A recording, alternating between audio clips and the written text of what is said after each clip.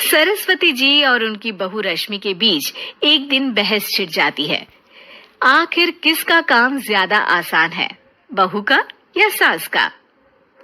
माँ जी, सास को काम ही क्या है, आपके सारे काम उंगलियों पे तो हो जाते हैं। कुछ भी। हाँ, हिसाब तो उंगलियों पे ही हो जाता है ना। अरे बेटा, ऐसा सिर्फ अभी लगता है। जो मुझे करना पड़ता है ना, वो तुझे करना पड़े तो समझ आएगा कि असली काम का पहाड़ कैसा होता है। ठेले बराबर वजन भी नहीं है आपके काम में, और बात पहाड़ों के वजन की कर रही हैं आप। तू ऐसा करती ही क्या है घर में बेटा, ये तो बता मुझे। मैं थोड़ी ना कुछ करती हूँ, सब जादू से हो रहा है इस घर में। अरे एक दिन मेरा काम करोगी तो समझ आएगा। Okay okay, shut up. कल से मैं घर के काम करूंगी और तू मेरी जगह हर चीज का हिसाब रखना, ठीक है? ठीक है, ये भी कर लेते हैं। ये सास बहू की डील के बारे में रश्मि के पति अमन को नहीं पता था, और ना ही अमन के पिताजी सुरेश जी को। पर गेहूं के साथ साथ जैसे घुन भी पिस जाता है, ये दोनों भी पिसने वाले थे। सुबह अमन उठकर रेडी होता है ऑफिस जाने के लिए, तो पता है उसके कपड़े नहीं निकले हुए हैं। अरे रश्मि, तुमने मेरे कपड़े नहीं निकाले? अपनी माँ से पूछो ना, उन्हीं का काम है ये। अमन अपनी माँ के पास जाता है। अब मेरे कपड़े आज आप देने वाले हो क्या माँ? हाँ, देना तो मुझे ही चाहिए, पर तेरी बहू ने कपड़े धोने ही नहीं डाले, तो कोई भी धुला हुआ कपड़ा नहीं है बेटा। हैं? ऐसा क्यों? कपड़े तो धोने आप ही देते हो ना माँ? अरे बहू ने तुझे बताया नहीं, अब हम अदल बदल गए हैं। मैं अब बहू और तेरी बीवी सास। अमन परेशान हो गया। वो बिना इस्त्री के कपड़े पहनकर ऑफिस चला गया। सरस्वती जी अपने घुटने के दर्द के कारण झुककर घर साफ नहीं कर पा रही थी, और ना ही खाना बनाना याद रख पाई। उधर रश्मि पहले ही दिन घर की चाबी घुमा चुकी थी और 300 रुपए का हिसाब अलग नहीं मिल रहा था। पर दोनों का ही घमंड कैलाश पर्वत से भी बड़ा था, और दोनों ही खेमे एक दूसरे की बात मानने को बिल्कुल तैयार नहीं थे। शाम को जब सुरेश जी और अमन खाना खाने बैठते हैं, तो सरस्वती जी उनके सामने गाजर और पपीते लाकर रख देती हैं। अरे माँ, ये क्या है? ख्याली पुलाव के साथ सलाद। माँ जी खाना बनाना भूल गई लगता है।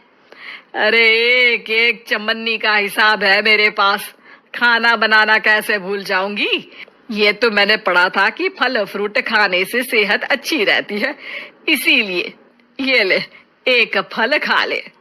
रात को सुरेश जी और अमन अपनी मीटिंग बिठाते हैं अकेले में। बाबूजी, इनकी लड़ाई के कारण ना हमें ठीक से खाना मिल रहा है, उल्टा घर के सारे काम रुक गए हैं। हाँ बेटा, 2 भैंसों की लड़ाई में बेचारे खेत के पौधों का भी नुकसान हो रहा है। पर पापा, क्या बताऊं आपको, मैंने माँ को इस महीने की 2 तारीख को बिजली के बिल के पैसे दिए थे। आज बिल भरने के लिए मांगने गया तो पता चला कि रश्मि उन पैसों से गैस सिलेंडर ले आई। अच्छा, तो सिलेंडर के पैसों का क्या हुआ? अब सिलेंडर के तो कोई पैसे नहीं थे बाबूजी, हमारे घर पर गैस की पाइपलाइन लगी है ना। बेटा, इन दोनों का कुछ करना पड़ेगा, नहीं तो अपने घमंड के चक्कर में पूरा घर बर्बाद कर डालेंगे ये दोनों। अमन और सुरेश जी काफी सोच विचार के बाद एक निष्कर्ष पर पहुंचते हैं। रात ही को दोनों अपनी पत्नियों की अलमारी से नई साड़ी निकालते हैं, और सुबह जब रश्मि और सरस्वती जी उठते हैं तो देखते हैं कि दोनों पति साड़ी पहनकर चढ़ाव पर सब्जियां काट रहे हैं। अरे ये सब क्या हो रहा है? क्या हो रहा है मतलब? आप दोनों अदल बदल हो सकते हो तो हम क्यों नहीं? अरे क्या मतलब? नहीं नहीं, मेरी भी बचपन से किसी की बहू बनने की इच्छा थी, तो आज से सरस्वती तुम बड़ी बहू, मैं मिडल बहू और अमन छोटी बहू। अरे लेकिन सब घर पर बैठ जाएंगे तो कमाएगा कौन? ये घर कैसे चलेगा? अब वो तो भैया या बाकी लोग जाने, अब हमने भी अदल बदल कर ही लिया है तो कुछ नहीं हो सकता। रश्मि और सरस्वती जी को समझ में आ जाता है कि उन दोनों की आपस की डील की वजह से इन दोनों को बहुत तकलीफ हो रही है और उनके ईगो ने दूसरों को कितनी यातनाएं दी है। अब असल में माँ जी आप सही थी, सास बनना बहुत मुश्किल है। अरे हाँ बेटा, और तू भी, मुझसे तो नहीं हो पाया सब घर के काम, वापस बदल ले क्या?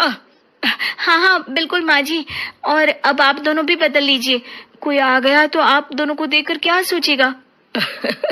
अच्छा है, आप दोनों के समझ में ये बात तो आई।